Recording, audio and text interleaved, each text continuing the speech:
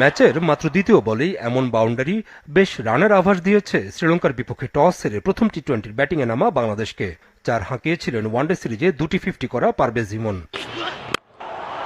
সঙ্গী ওপেনার তানজিদ তামিম হাত খোলার চেষ্টা করেন। ম্যাচের দ্বিতীয় ওভারে নুয়ান থুসারাকে দারুণ ড্রাইভে বাউন্ডারিতে পাঠান তামিম। ফার্নান্দোকে হাঁকানো ইমনের 6 বেশ আশা জাগাচ্ছিল বাংলাদেশের সমর্থকদের মনে।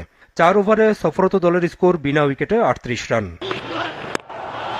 পরের ওভারই বিদায় তানজিদ তামিমের। 16 রানে থুসারার বলে থিকসানাকে ক্যাচ দিয়ে ফেরেন বাংলাদেশের ওপেনার তানজিদ তামিম।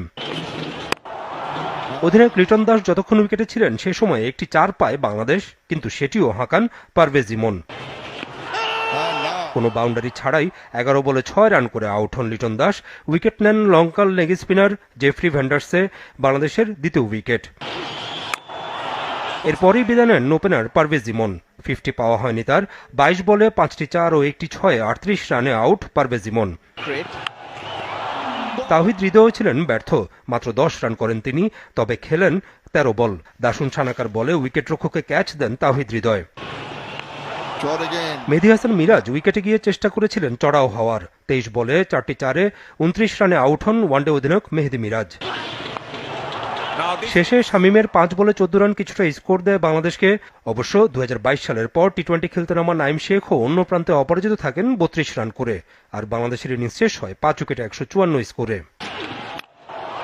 অলরাউন্ডার কোটায় বাংলাদেশ খেলাচ্ছিল মোহাম্মদ সাইফুদ্দিনকে, কিন্তু প্রথম ওভারেই তার বোলিংয়ে টানা 3টি 4 হাঁকান পাথুম নিশানকা। অন্য প্রান্তে কুশল মেন্ডিসও ছিলেন সমান ভয়ঙ্কর। তাসকিনকে 6 হাঁকিয়ে তিনিও প্রমাণ দেন শ্রীলঙ্কার top order batting line up কতটুকু শক্তিশালী। পঞ্চম ওভার পর্যন্ত। এরপর শ্রীলঙ্কাকে আরও 4টি ওভার বাউন্ডারি দেন তাদের 2 ওপেনার। অবশ্য 16 বলে 42 রান করা নিশানকাকে ফেরান মিরাজ। পাওয়ার প্লেতেই 1 উইকেটে 83 রান তোলে শ্রীলঙ্কা। পরের 4 ওভারে অর্থাৎ 7 থেকে 10 ওভার পর্যন্ত কোনো বিপদ ছাড়া 28 রান তোলে শ্রীলঙ্কা। 10 ওভারে স্বাগতিক দলের স্কোর 1 উইকেটে 111 রান।